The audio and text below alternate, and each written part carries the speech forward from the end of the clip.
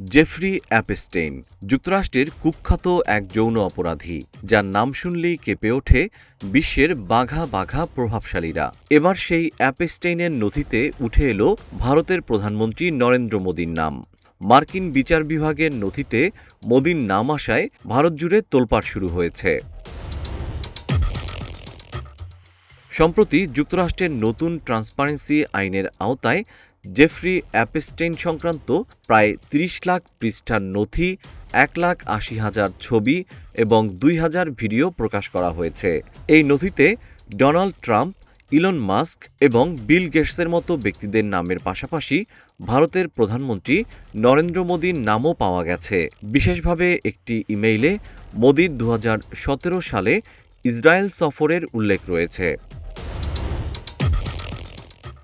বিষয়টি জানাজানি হতেই দ্রুত প্রতিক্রিয়া জানিয়েছে ভারতের পররাষ্ট্র মন্ত্রণালয়। মন্ত্রণালয়ের মুখপাত্র রণধীর জয়সওয়াল সাফ জানিয়ে দিয়েছেন, এই দাবিগুলো সম্পূর্ণ ভিত্তিহীন ও নিন্দনীয়। তিনি বলেন, একজন দণ্ডিত অপরাধীর কাল্পনিক গালগল্পের কোনো বিশ্বাসযোগ্যতা নেই। ২০১৭ সালে মোদীর ইসরায়েল সফরের তথ্য ছাড়া বাকি সবকিছুই চরম অবজ্ঞার সাথে প্রত্যাখ্যান করেছে ভারত সরকার।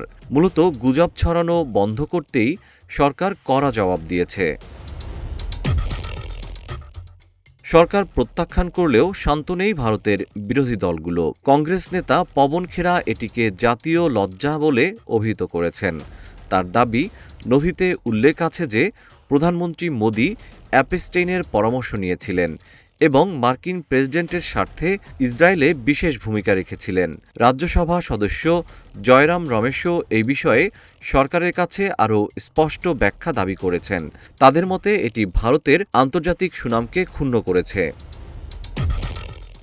জেফ্রি অ্যাপস্টেইন ছিলেন একজন মার্কিন ধনকুবের, যার বিরুদ্ধে অপ্রাপ্তবয়স্ক মেয়েদের যৌন পাচারের ভয়াবহ অভিযোগ ছিল।